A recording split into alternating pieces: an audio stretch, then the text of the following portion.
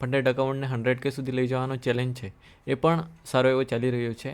And yesterday આપણે એક trade લીધો હતો જેમાં આપણને $100 લોસ થયો હતો.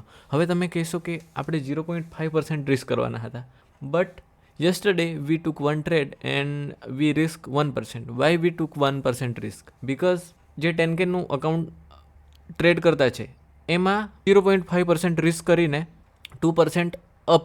જો તમારે જલ્દી ફંડિંગ એક્વાયર કરવી હોય તો તમારે થોડું રિસ્ક તો વધારવું જ પડશે. તો કેવી રીતે? તો મેં એવું પ્લાન કર્યું હતું કે વન્સ આપણા અકાઉન્ટમાં 2% ઓફ છે તો આપણે 1% રિસ્ક લઈશું. એન્ડ જેવું આપણું અકાઉન્ટ છે એ બ્રેક ઇવન પર જતું રહેશે, ફરીથી આપણે 0.5% રિસ્ક કરીશું. તો અત્યારે મેં યસ્ટરડે એક ટ્રેડ લીધો હતો એન્ડ એમાં મને લોસ થઈ ગયો છે. તો હવે મારી પાસે એક ચાન્સ છે 1% રિસ્ક લેવાનો. એન્ડ જો એમાં પણ આપણને લોસ થશે તો ફરી આપણે 0.1% રિસ્ક કરીશું. એન્ડ 1% રિસ્ક કરીને 2% બનશે. એનાથી આપણે જલ્દીમાં જલ્દી આ 2 સ્ટેપનું અકાઉન્ટ છે એને પાસ કરી શકીશું. તો આવી રીતે તમે પણ ઇમ્પ્લિમેન્ટ કરી શકો છો કે જો તમને તમારી સ્ટ્રેટર્જી પર કોન્ફિડન્સ હોય એન્ડ તમે એના પહેલાં અકાઉન્ટ પાસ કરી દીધેલા હોય અથવા તો તમે એના પહેલાં ફંડેડ અકાઉન્ટ ટ્રાય કર્યા હોય તો તમે મારી આવી જ રીતે સ્ટ્રેટર્જી યુઝ કરી શકો.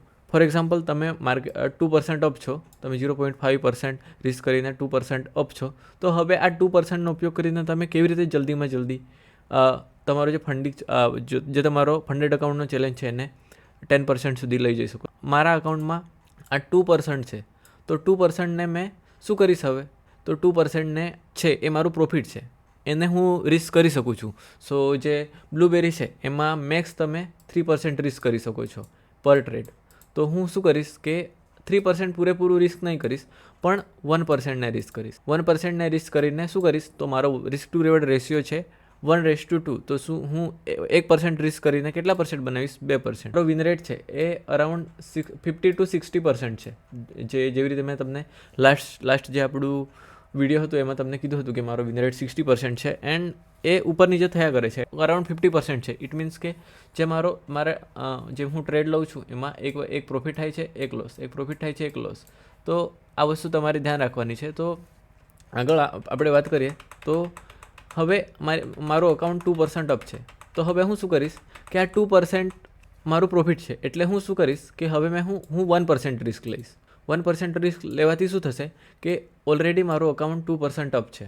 જો મને પ્રોફિટ થશે તો મારું અકાઉન્ટ 4% અપ થઈ જશે. હવે 4% અપ થઈ જશે એન્ડ જો મને લોસ થયો, આ 2% છે તો મારો અકાઉન્ટ 1% મારા અકાઉન્ટમાં પ્રોફિટ બચશે. હવે જ્યારે મારું અકાઉન્ટ આ 2% અપ છે તો હવે હું શું કરીશ? તો આનું અડધું, 4%નું અડધું એટલે કે 2% રિસ્ક કરીશ.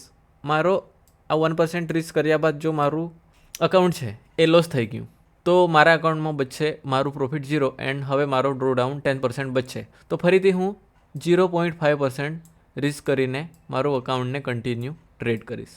તો આવું કરવાથી શું થશે? જો તમારી વિનિંગ સ્ટ્રીક આવી તો તમારું અકાઉન્ટ ઇઝીલી પાસ થઈ જશે.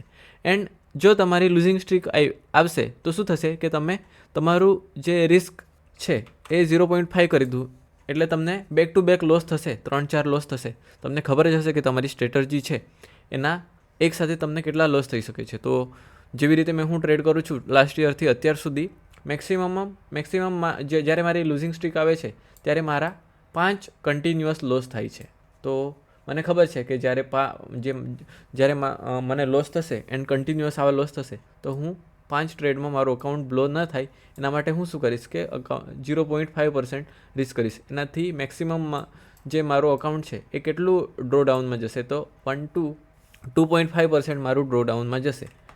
શાના કારણે? જો હું 0.5% રિસ્ક લઈશ તો આ રીતે તમારી ફંડેડ થવાની જર્ની છે તેને તમે સ્માર્ટલી પાસ કરી શકો છો. હવે શું કરવાનું છે તમારે કે એકવાર તમે 4% પર જતા રહ્યા, હવે તમારું અકાઉન્ટ 4% અપ છે.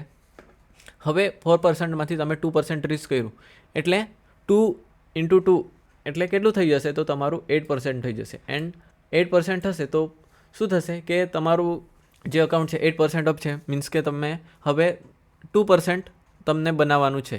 તો તો હવે શું કરશો કે હવે 4% નહીં રિસ્ક કરવા, 2% રિસ્ક નહીં કરવાનું, હવે 1% રિસ્ક કરવાનું છે, કારણ કે હવે તમને ખાલી એક ટ્રેડની જરૂર છે તમારું અકાઉન્ટ પાસ કરવા માટે.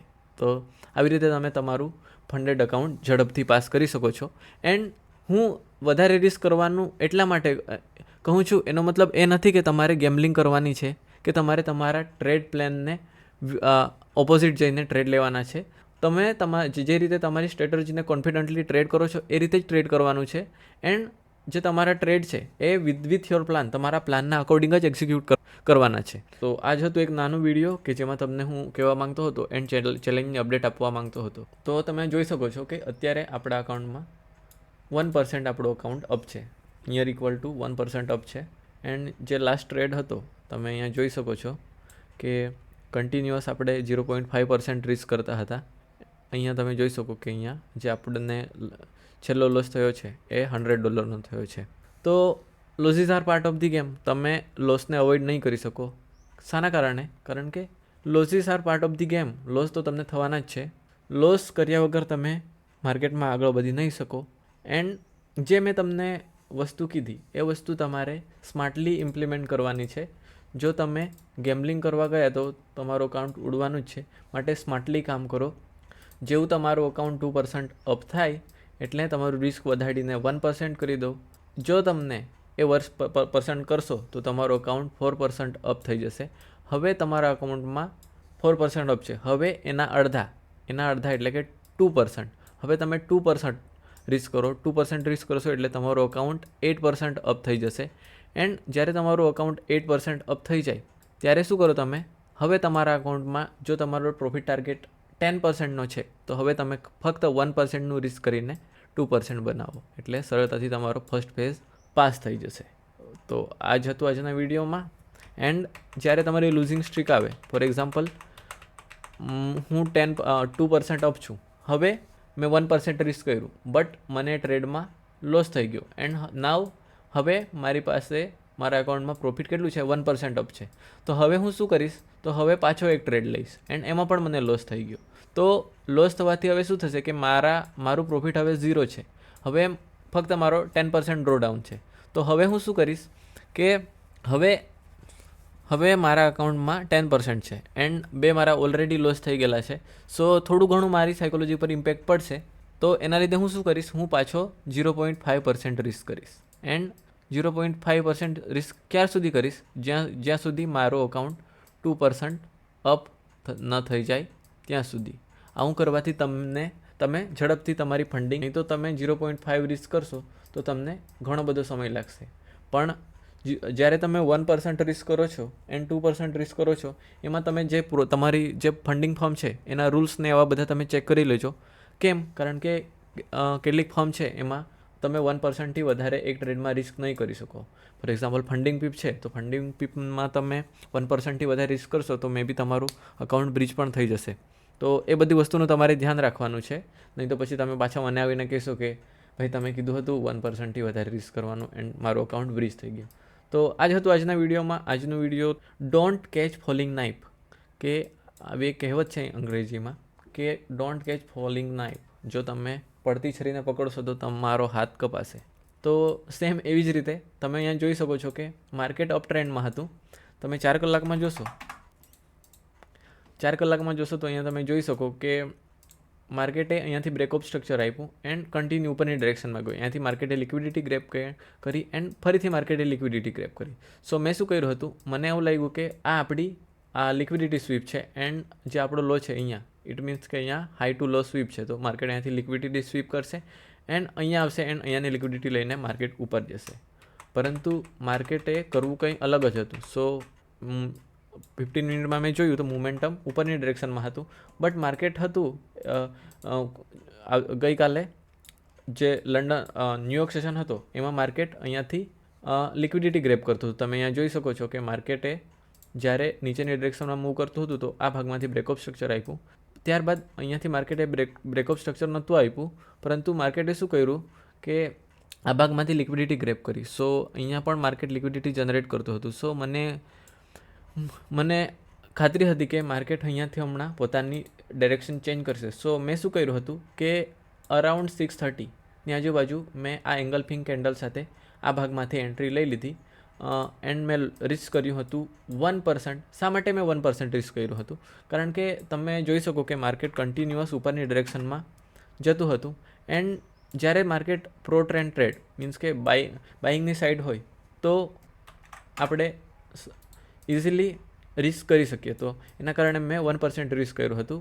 પરંતુ ધ્યાનથી જોશો તો માર્કેટ થોડું વધારે પડતું ઓવરબાય થઈ ગયું હતું. એના કારણે માર્કેટે શું કર્યું કે આ ભાગમાંથી રિજેક્શન લેયા વગર સીધું નીચે આપણને એગ્રેસિવલી નીચેની ડિરેક્શનમાં મૂવ આપી દીધું એન્ડ અરાઉન્ડ 15 to 20 મિનિટમાં આપણું સ્ટોપ લોસ હિટ થઈ ગયું હતું and it is what it is. આવી રીતે આ ટ્રેડમાં આપણને લોસ થયો હતો.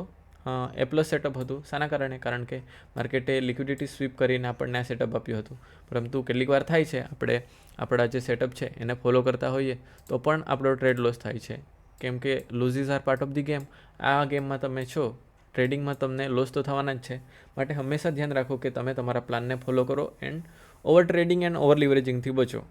જેવી રીતે મેં તમને કીધું કે મેં શા માટે આમાં 1% રિસ્ક કર્યું છે. તો આ વસ્તુનું હંમેશા ધ્યાન રાખો એન્ડ મેઇન વસ્તુ છે તો તમારી સાયકોલોજી. જો વધારે રિસ્ક લેવાથી જો તમારી સાયકોલોજી ખરાબ થતી હોય તો હંમેશા એવા ટ્રેડને લેવાનું ટાળો. જો તમે મારી સાથે 1-to-1 કોલ પર વાત કરવા માંગતા હોય ગૂગલ મીટ પર, મારી સ્ટ્રેટર્જી સમજવા માંગતા હોય તો તમે મારું ઇન્સ્ટાગ્રામ ચેક કરી શકો છો. એમાંથી તમને બધી ડિટેલ મળી જશે. બાકી વિડીયો તમને ગમ્યો હોય તો લાઇક કરો, ચેનલ સબસ્ક્રાઈબ કરો. બાકી મળીએ નવા વિડીયોમાં. Thank you.